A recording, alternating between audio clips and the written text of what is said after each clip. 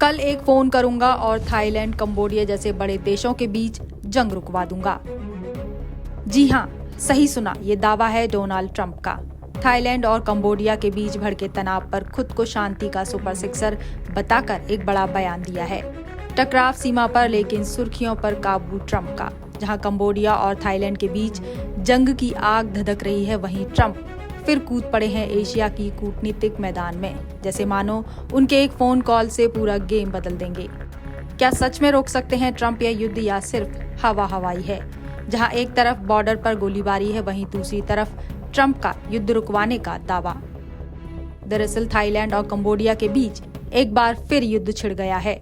दिसंबर 2025 में दोनों देशों की सेनाएं फिर आमने सामने हैं। दोनों देश एक दूसरे पर भारी गोलाबारी, हवाई हमले कर रहे हैं। दोनों देशों के बीच युद्ध का विवाद है वही 900 साल पुराना हिंदू खेमर मंदिर और उसके आसपास के इलाके पर विवाद। इसी विवाद के चलते दोनों देशों में अब तक युद्ध छिड़ा हुआ है। इसी युद्ध को शांत कराने के लिए अमेरिका के राष्ट्रपति डोनाल्ड ट्रंप ने शांति दूत बनकर कुछ समय पहले ही शांति समझौता करवाया था। फिर स्थिति बिगड़ने पर ट्रंप ने एक बार फिर शांति कराने की तरफ रुख किया है। Well, I'll tell you, I'll give the fake news a little breaking news. In 10 months, I ended 8 wars, including Kosovo, Serbia, Pakistan and India. They were going at it.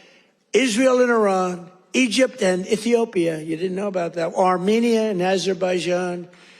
And I hate to say this, one named Cambodia, Thailand, and it started up today. Tomorrow I'll have to make a phone call, and I think they'll get it. Who else could say, I'm going to make a phone call and stop a war of two very powerful countries, Thailand and Cambodia? They're going at it again. But I'll do it. So we're making peace through strength. That's what we're doing.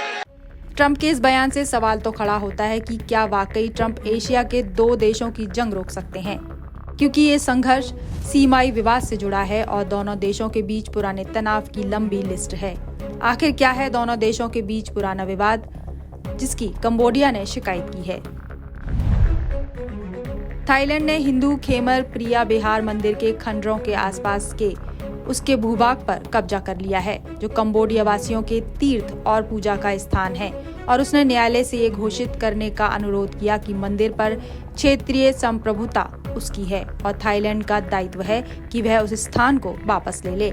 इस पर अंतर्राष्ट्रीय न्यायालय ICJ ने 1962 में प्रिया बिहार मंदिर Cambodia का बताया था, लेकिन थाईलैंड ने यह फैसला दिल से स्वीकार नहीं किया। फिर 2013 में कोर्ट ने फिर वही फैसला दोहराया। इसके बाद इसी मामले पर 2008 और 2011 में बड़े सैन्य टकराव हुए थे और अब फिर वही इतिहास दोहराया जा रहा है। बता दें, ट्रंप इससे पहले भी दोनों देशों के बीच शांति समझौता करवा चुके हैं और अब फिर से जंग छिड़ने से ट्रंप जहां देशों में लड़ाई को शांत कराने के दावे करते हैं, वहीं ऐसे कई शांति समझौते ट्रंप करवा चुके हैं जो कि फ्लॉप साबित हुए हैं, जैसे कि इजराइल हमास युद्ध, रूस यूक्रेन युद्ध। लेकिन मुद्दा है थाईलैंड और कंबोडिया के बीच का। रविवार रात यानी 7 दिसंबर 2025 को दोनों देशों के बीच झड़प हुई, जो कि देर सुबह तक जारी रही। थाईलैंड ने इसे एक्ट ऑफ वॉर बताया, वहीं कंबोडिया ने इसे खारिज कर दिया। दोनों देशों ने बॉर्डर के पास रहने वालों को हटाने के निर्देश दिए कि युद्ध कभी भी छिड़ सकता है। जल्दी दोनों देश के बॉर्डर पर सैनिक के साथ टैंक्स और मिसाइलें बड़ी संख्या में तैनात करेंगे, यानी युद्ध और भयंकर रूप ले सकता है।